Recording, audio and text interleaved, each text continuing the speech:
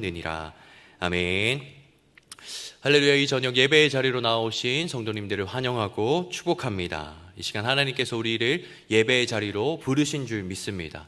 또 그 하나님께서 우리에게 이 시간 예비하신 은혜가 있는 줄 믿습니다. 우리 모두가 그 은혜를 받아 누리길 축복합니다. 오늘은 세상이 감당하지 못하는 사람이라는 제목으로 함께 말씀을 나누고자 합니다.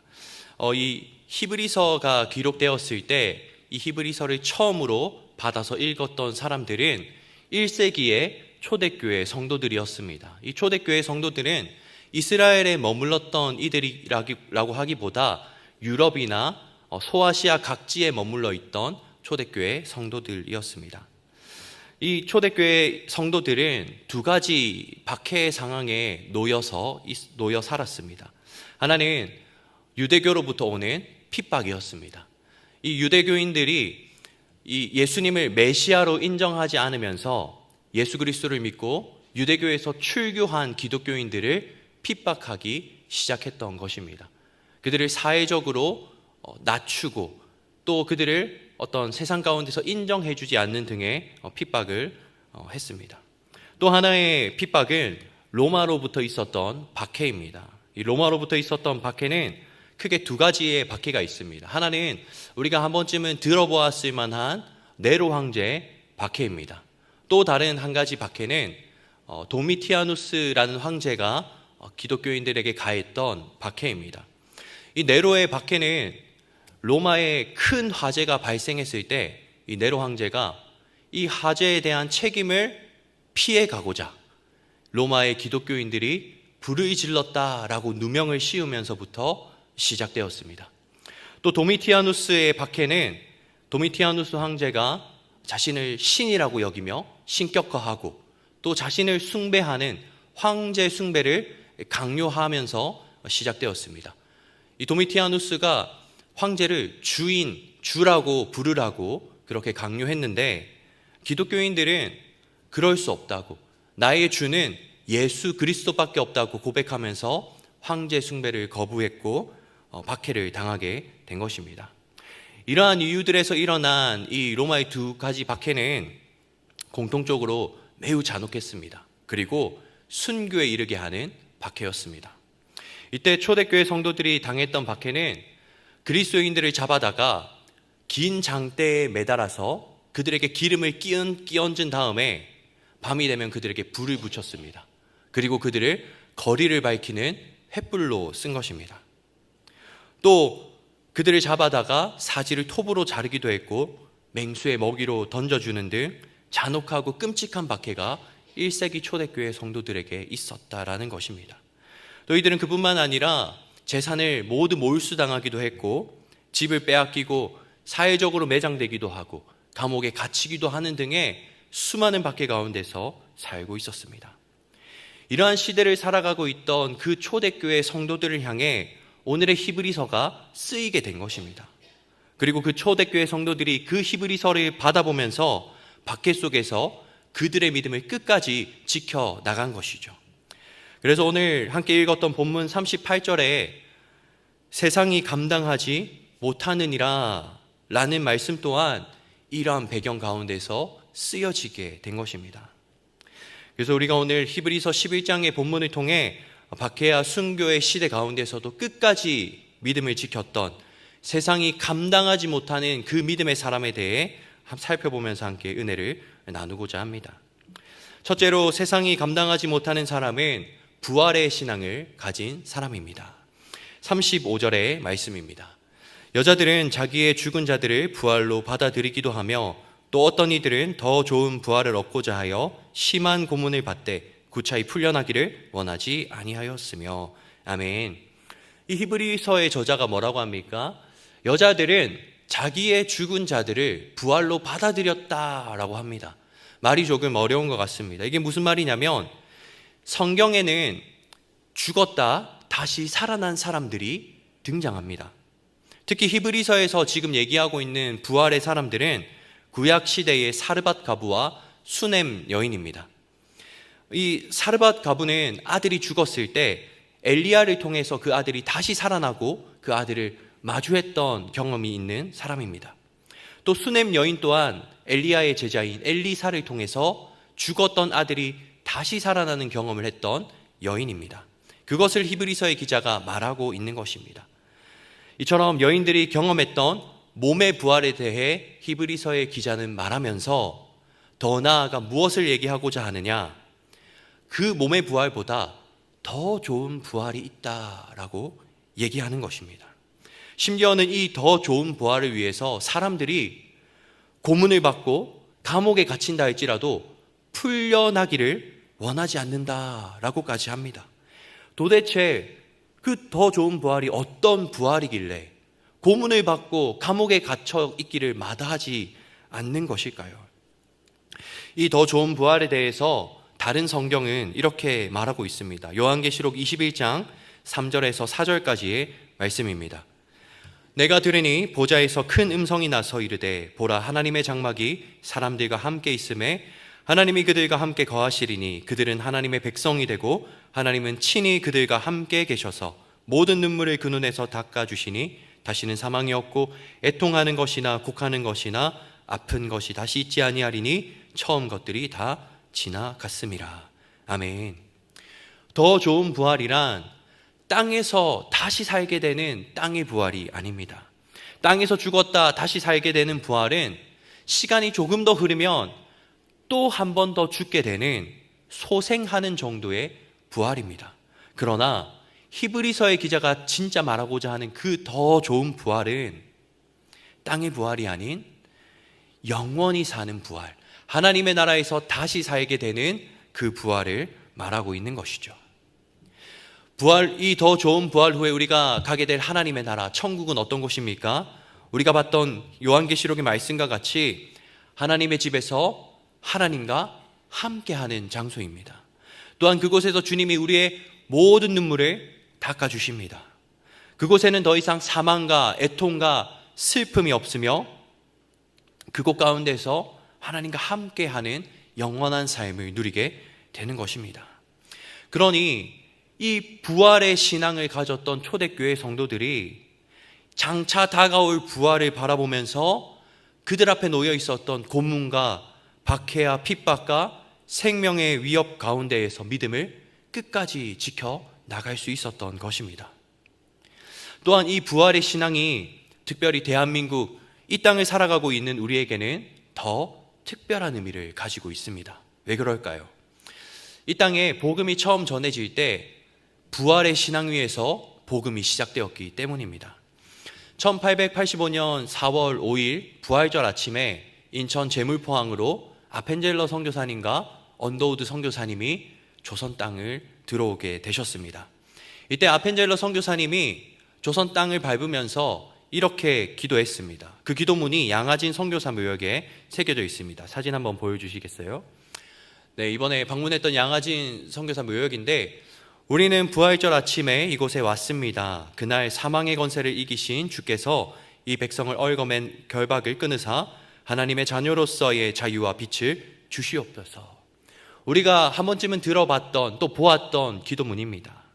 아펜젤러 선교사님에게 이처럼 부활절 아침에 조선의 땅을 밟게 되었다라는 사실은 매우 특별한 의미를 가지고 있었습니다. 이 부활절 아침은 조선 땅에서 이제 선교를 시작하던 그 아펜젤러 선교사님에게 부활의 능력을 더욱 의지하게 했습니다. 예수 그리스도께서 사망의 결박을 끊으셨던 그 부활의 능력이 이 땅에 임하기 원합니다 라고 기도하게 한 것입니다. 또한 아펜젤러 선교사님으로 하여금 부활의 신앙 위에서 조선의 선교 사역을 시작하게 했습니다. 비단 아펜젤러 선교사님뿐만 아니라 조선을 향했던 수많은 선교사님들이 전염병과 박해와 모든 생명의 위험 앞에서도 이 부활의 신앙을 가지고 끝까지 복음을 이 땅에서 전했습니다. 그 선교사님들의 부활의 신앙 아래 세워진 그 희생과 헌신을 통해서 오늘날의 한국교회가 지금까지 오게 된 것이죠. 이번 겨울 수련회 때 아이들과 함께 이 양아진 선교사 묘역을 탐방했습니다. 그리고 선교사님들의 발자취를 다시 되짚어보면서 기억하고 배우는 시간을 가졌습니다. 사진을 한번 보여주시면 이제 이렇게 선교사님들의 묘를 찾아서 함께 이 선교사님이 어떤 사역들을 하셨는지 이 땅을 위하여 어떤 희생과 헌신을 하셨고 어떤 삶을 살아가셨는지 아이들과 이제 나누는 모습입니다. 많은 선교사님들의 묘역을 방문했는데요. 그 중에 로제타 홀 선교사님의 묘역을 방문했습니다. 이 로제타 홀 선교사님은 남편이었던 윌리엄 홀 선교사님과 함께 조선 땅을 찾아왔습니다. 이 로제타 홀 선교사님이 사실 그 당시에는 미지의 세계였던 조선 땅에 결혼을 하지 않고 오려고 했습니다. 독신의 몸으로 오려고 했는데 당시 그 조선 선교를 담당하고 있던 윌리엄 홀 선교사님이 로제타 홀 선교사님을 이제 보고 사랑에 빠져서 함께 조선 땅을 밟게 된 것입니다. 그런데 그렇게 남편과 함께 선교사님이 조선 땅에 와서 선교를 시작하신 지 얼마 되지 않았을 때 남편인 윌리엄 홀 선교사님이 전염병에 걸려 순교하게 되십니다. 남편이 순교했던 그 충격에 그 고통의 시간 가운데 로제타 홀 선교사님이 잠시 미국으로 돌아가게 됩니다. 그런데 미국 땅에서 로제타 홀 선교사님은 조선의 땅을 잊고자 했던 것이 아니라 그 땅 가운데서 순교했던 남편의 그 순교 정신과 선교 정신을 이어가고자 하는 마음이 마음 가운데서 불일 듯 일어났습니다. 그래서 다시 한번 조선 땅을 아들과 딸을 데리고 찾아오게 됩니다. 그렇게 조선 땅에 온 지 얼마 되지 않았을 때 5살 되지 않았던 딸이 전염병에 걸려 오랜 시간이 지나도 열이 내리지 않았고 딸마저도 품에서 떠나보내게 됩니다. 낯선 이방 땅에서 남편과 딸을 떠나보냈던 이 선교사님의 마음이 얼마나 고통스럽고 힘겨웠을까요? 그런데 그럼에도 불구하고 로제타 선교사님은 이 조선을 향한 선교를 멈추지 않으셨습니다. 어떻게 선교사님은 그러한 고통 가운데서도 이 땅에서의 선교를 멈추지 않으실 수 있었을까요? 로제타 홀 선교사님은 사랑하는 남편과 딸을 천국에서 다시 만날 것이라는 그 부활의 신앙이 있었기 때문에 고통과 고난 가운데에서도 다시 한번 천국의 소망을 품고 부활의 신앙을 가지고 조선 땅에서의 선교를 멈추지 않을 수 있었던 것입니다. 끝까지 믿음으로 이 땅 위에서 복음을 전하고 헌신과 희생의 삶을 사실 수 있었던 것입니다. 이러한 부활의 신앙 위에서 대한민국의 구속사, 구원의 역사가 지금까지 이어져 가고 있는 것입니다. 우리가 이러한 구속사를 기억하면서 우리의 삶 또한 부활의 신앙으로 살아가는 삶이 되길 축복합니다. 부활의 신앙을 가지고 살아가는 사람은 하나님 나라에서 다시 살 것과 우리가 그곳에서 영원히 살 것을 믿으며 이 땅에서의 죽음과 희생을 두려워하지 않습니다. 그래서 세상은 남을 희생시켜서라도 내가 어떻게든 살고자 하지만 이 부활의 신앙을 가진 사람은 세상 가운데에서도 남이 아닌 나를 희생하며 오히려 남을 살리는 삶을 살아가는 것입니다. 이 땅을 찾았던 선교사님들이 우리를 살리고자 그러한 삶을 살아가셨고 더 나아가 예수님께서 우리를 구원하시고 살리시고자 자신의 생명을 그렇게 버리시고 희생하셨습니다. 오늘 이 시간 예배하고 있는 우리는 어떠한 삶을 살아가고 있습니까? 내가 죽고 내가 희생하는 삶을 살아가고 계십니까? 아니면 내가 살기 위해 때로는 남을 희생시키는 삶을 살고 있습니까? 바라기는 이 부활의 신앙 위에서 내가 죽고 희생하며 남을 살리고 구원하는 그런 믿음의 삶을 살아가는 저와 여러분 되어야 할 줄 믿습니다. 이러한 부활의 신앙을 가진 사람을 세상은 감당하지 못하는 것입니다. 둘째로 세상이 감당하지 못하는 사람은 하나님의 나라를 바라보며 고난을 뛰어넘는 사람입니다. 함께 36절과 37절의 말씀 합독하시겠습니다. 또 어떤 이들은 조롱과 책찍질 뿐 아니라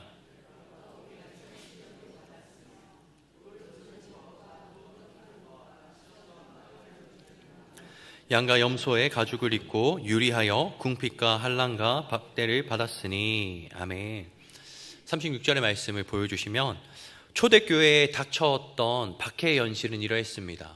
조롱을 당했고요, 채찍질을 당했고 결박을 당해 옥에 갇히기도 했습니다. 또 37절을 보면 돌에 맞기도 했고 톱에 켜서 사지가 잘리기도 했고 많은 시험 앞에 놓여 있었으며 칼로 죽임을 당하고 제대로 된 옷이 아니라 양과 염소의 가죽을 입으며 방황하는 그런 삶을 살았습니다. 얼마나 감당하기 힘들고 어려운 고난입니까? 그런데 초대교회 성도들은 이 모든 고통과 고난을 죽기까지 감당하며 그들의 믿음을 끝까지 지켜냈습니다. 고난과 고통을 모두 뛰어넘는 삶을 산 것입니다. 그렇다면 이들에게 어떤 믿음이 있었기에 이러한 고난과 고통을 뛰어넘는 믿음의 삶을 살았던 것일까요? 히브리서 11장 1절입니다. 믿음은 바라는 것들의 실상이요 보이지 않는 것들의 증거니. 초대교회 성도들에게 있어 믿음은 바라는 것들의 실상이었습니다. 여기서 실상이라는 단어가 헬라어 원어로 히포스타시스라고 합니다. 이 히포스타시스는 1세기에는 땅 문서, 계약서라는 뜻으로 사용되던 단어입니다. 만약에 돌아가신 할아버지가 우리에게 땅 문서를 유산으로 남기셨다고 한번 가정해 보겠습니다. 그런데 땅 문서를 남기셨는데 나는 한 번도 그 땅을 내 눈으로 본 적이 없습니다. 그런데 그 땅을 내 눈으로 직접 보지는 못했다 할지라도 그 땅이 내 땅이라는 것을 우리가 어떻게 알 수 있습니까? 할아버지가 주신 땅 문서가 내게 있기 때문에 보지는 못했어도 그 땅이 내 땅이라는 것을 우리가 알 수 있죠. 또 우리가 그 땅을 내 땅이라고 확신하고 주장할 수 있는 증거 또한 무엇입니까?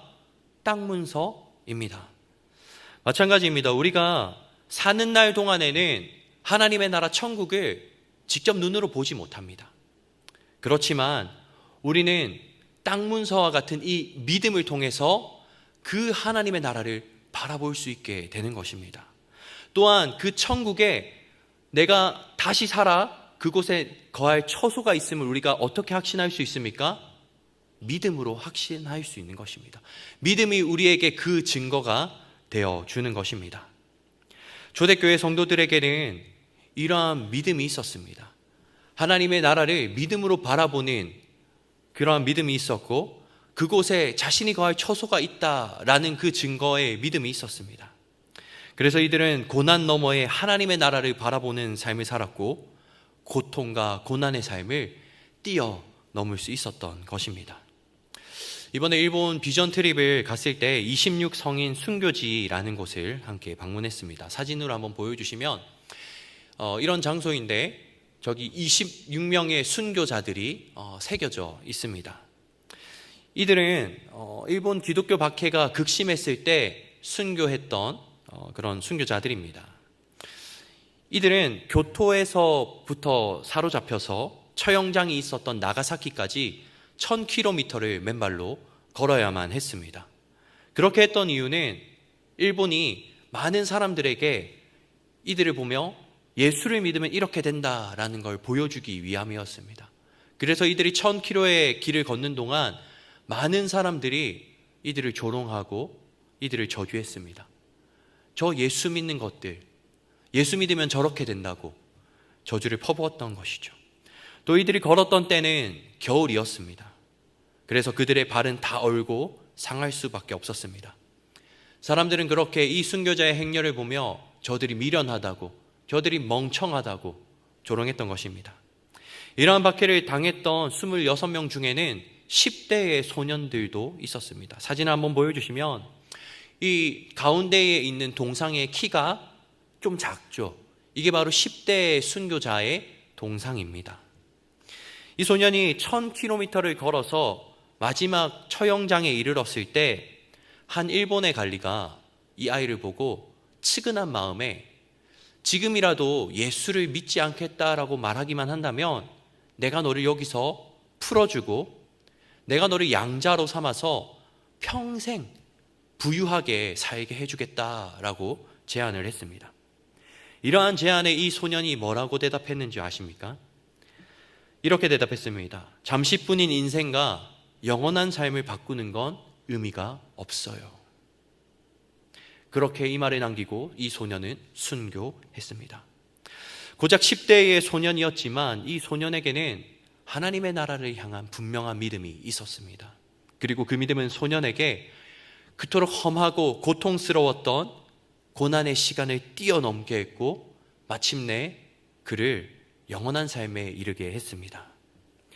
이러한 삶이 세상이 감당하지 못하는 삶입니다. 믿음으로 세상의 상식과 가치를 뛰어넘는 것입니다. 고난이 멈추지 않고 고통이 끊이지 않으면 포기해야 되는데 또 돌아서야 하는데 그렇지 않은 것이죠. 죽음 앞에서도 결코 돌아서지 않고 고난과 고통을 뛰어넘어 버리는 것입니다. 결국 그리고 마지막 순간까지 세상과 다른 삶, 믿음의 삶을 지켜내고 살아내는 것입니다. 오늘 말씀 앞에 서 있는 저와 여러분의 삶 또한 이런 믿음의 삶 되기를 간절히 축복합니다. 잠시뿐인 이 땅의 인생만을 바라보며 사는 사람은 이곳에서의 고통과 고난이 아니라 작은 오해와 억울함, 또 내 감정, 내 욕심도 뛰어넘지 못하는 삶을 살아갑니다. 자기 스스로 이 땅에서 감당할 수 있는 만큼의 삶을 살아가는 것입니다. 그렇게 이러한 삶 가운데는 세상을 넘어선 어떤 믿음의 모습들이 보이지 않습니다. 그래서 세상 사람들과 똑같이 땅만 바라보며 살기에 너가 교회를 다녔냐고, 너 교회에서 권사였냐고 하면서 세상 사람들이 자신과의 다름을 느끼지 못하는 것입니다. 그러나 믿음으로 하나님의 나라를 바라보며 사는 사람은 고난과 고통, 미움과 분노, 또 내 감정과 정욕을 넘어서 희생과 섬김, 또 용서와 사랑의 삶을 살아냅니다. 세상이 알지 못하고 경험해보지 못했던 그 믿음의 삶을 살아내고 세상 가운데 보여주는 것입니다. 그렇게 이런 믿음의 사람들은 세상에서 드러날 수밖에 없습니다. 비난과 복수가 어쩌면 당연한 세상 가운데에서 분노를 뛰어넘어서 그 한 사람은 용서의 삶을 살아가기 때문입니다. 또 희생과 섬김을 주저하는 그 세상 가운데에서 기꺼이 희생하고 섬기려 하는 삶을 살기 때문입니다. 이러한 믿음의 사람을 세상이 감당하지 못한다라는 것입니다. 그래서 오늘 이 말씀 앞에서 우리 모두가 내가 하나님의 나라를 지금 바라보는 삶을 살고 있는가 한번 돌아보길 원합니다. 하나님의 나라가 아닌 이 땅을 바라보며 내가 세상의 사람들과 똑같은 모습으로 흘러가는 시간을 따라 살아가고 있진 않은가, 혹여 그런 삶의 모습들이 있다면 이제는 하나님의 나라를 바라보며 믿음으로 살아가는 삶을 결단하는 은혜가 있길 축복합니다. 그렇게 우리 모두가 믿음으로 하나님의 나라를 바라보며 고난과 고통을 뛰어넘어, 그리고 또 세상을 뛰어넘어 세상이 감당하지 못하는 그 믿음의 한 사람 되길 간절히 소망합니다. 마지막으로 세상이 감당하지 못하는 사람은 타협하지 않는 사람입니다. 오늘 본문 38절의 말씀을 함께 합독하시겠습니다. 이런 사람은 세상이 감당하지 못하느니라.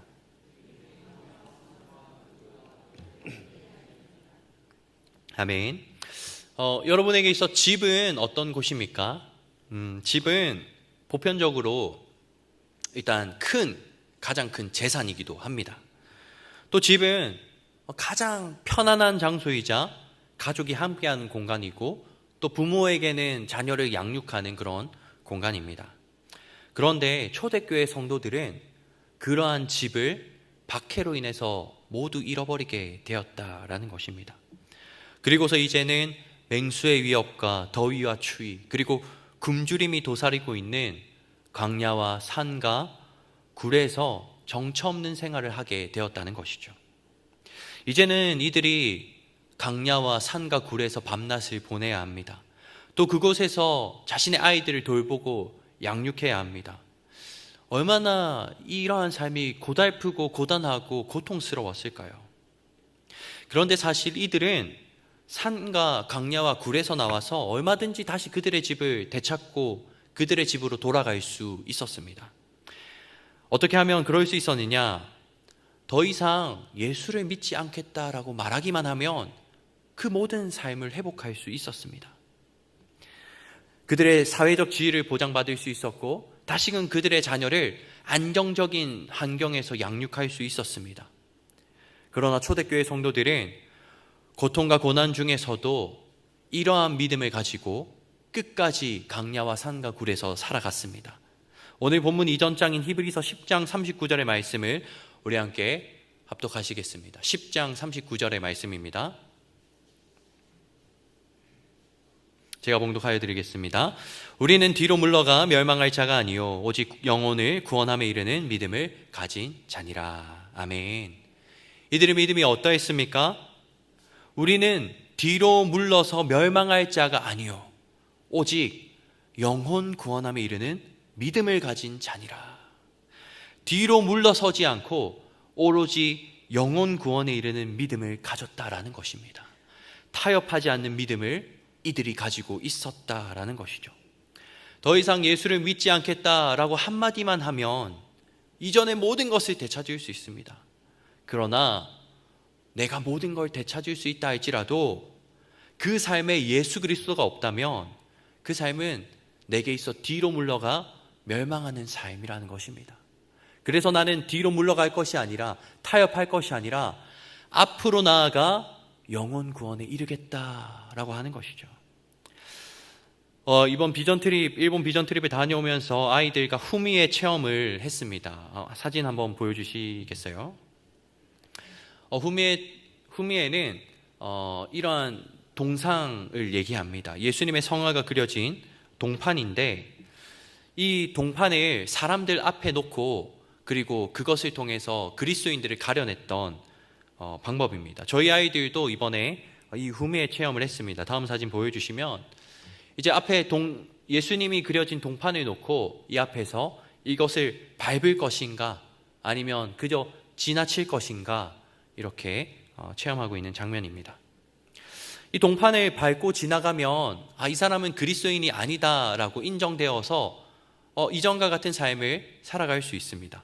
그런데 이 동판 앞에서 차마 그 예수님의 얼굴을 밟지 못하고 망설이고 있는 사람들은 모두 그리스도인들인 것입니다. 그리고 그들은 그 자리에서 잡혀서 끌려가 고문을 당하고 죽임을 당하게 되는 것이죠. 그냥 눈 한 번 딱 감고 밟고 지나가기만 하면 아무런 일도 일어나지 않습니다. 잠깐이라고 생각하고 밟으면 내 생명도 내 가족도 지킬 수 있습니다. 그러나 그 잠깐이라도 예수 그리스도를 밟지 못하는 것입니다. 눈 한 번 딱 감으면 되는데 그것이 안 된다라는 것이죠. 왜 그렇습니까? 이들 안에 타협하지 않는 믿음이 있기 때문입니다. 뒤로 물러서지 않는 그 믿음이 있기 때문입니다. 나를 위해 물러서지 않으시고 묵묵히 십자가를 지신 그 예수님을 위해 나도 물러서지 않고 죽기를 결단하는 믿음이 이들 안에 있었던 것입니다. 우리의 삶에도 타협이 요구되는 순간들이 찾아옵니다. 때로는 가족과의 관계에서 이 타협이 요구되는 순간이 찾아올 수 있습니다. 믿지 않는 남편이 꼭 이렇게까지 교회 가야 되냐고, 주일에 이번 한 번만 예배 빠지고 이번만큼은 가족여행 같이 좀 가자고, 당신만 예배 한 번 빠지면 우리 가족이 다 즐거운 시간 보낼 수 있는데 이런 타협을 요구하는 순간이 찾아올 수 있습니다. 또 믿지 않는 가족이나 친척들이 함께 모인 자리에서 불편하니까 더 이상 그 예수 얘기 좀 하지 말고 전도 좀 하지 말라고, 너만 조용히 있으면 다 좋을 것 같은데 하면서 우리에게 물러설 것을 요구하기도 합니다. 이러한 타협의 순간이 우리의 삶에 찾아올 때 우리가 어떻게 해야 할까요? 눈 한번 딱 감고 우리가 그 순간을 넘어가기만 하면 되는 것일까요? 아닙니다. 우리의 삶에 그러한 타협의 순간이 찾아올 때 눈 한번 딱 감고 나를 위해 그 무엇도 타협하지 않으신 그 예수님을 생각해 보시길 원합니다. 예수님은 우리를 위해서 그 무엇도 타협하지 않으셨습니다. 조롱과 채찍질과 십자가의 죽음 앞에서도 일체 타협하지 않으시고 그 길을 걸어가셨습니다. 그렇게 예수님은 묵묵히 우리를 위해 고난의 길을 끝까지 걸으셨고 그 길의 끝에서 우리를 향한 구원의 길과 생명의 길을 열어주셨습니다. 바라기는 오늘 예수 그리스도의 제자로 살아가고 있는 우리 또한 예수님께서 걸어가신 믿음의 길에서 타협하지 않는 믿음으로, 또 물러서지 않는 믿음으로 끝까지 그 길을 걸어가는 믿음의 3대 길 축복합니다. 그렇게 우리가 끝까지 타협하지 않는 믿음으로 걸어갈 때에 그러한 믿음의 사람들을 세상이 감당하지 못합니다. 그리고 그들이 믿음으로 마침내 세상을 변화시키고 세상 가운데서 하나님의 나라를 세워가는 믿음의 삶을 살아가게 되는 것입니다. 말씀을 맺습니다. 중고등부 아이들 중에서 이제 몇몇이 일본 비전 트립과 겨울 수련회를 다녀온 뒤에 새벽 기도와 금요 심야 기도회를 나오는 친구들이 있습니다. 지금도 3층에서 저녁 예배에 나와서 함께 예배하고 있는 학생들이 있습니다. 네, 손을 흔들고 따봉을 하고 있는데, 네, 1층까지 해서 10명 정도 아이들 있습니다. 이 아이들이 이번 겨울에 비전 트립과 겨울 수련회를 다녀오면서 일본의 순교자들과 조선의 선교사님들을 보고 그들의 삶과 신앙을 배웠습니다. 그리고 이제는 예배의 자리와 기도의 자리에 나와서 그 삶과 믿음대로 살기를 지금 도전하고 있습니다. 이 아이들이 세상이 감당하지 못하는 믿음의 다음 세대가 될 수 있도록 함께 기도로 중보해 주시고 응원과 격려해 주시길 바랍니다. 또 바라기는 오늘 말씀 앞에 있는 우리들 또한 세상이 감당하지 못하는 그 믿음의 한 사람이 내가 되겠습니다 결단하며 하나님의 나라를 바라보며 그 나라를 향해 끝까지 믿음으로 달려나가는 삶을 살아가길 간절히 축복합니다.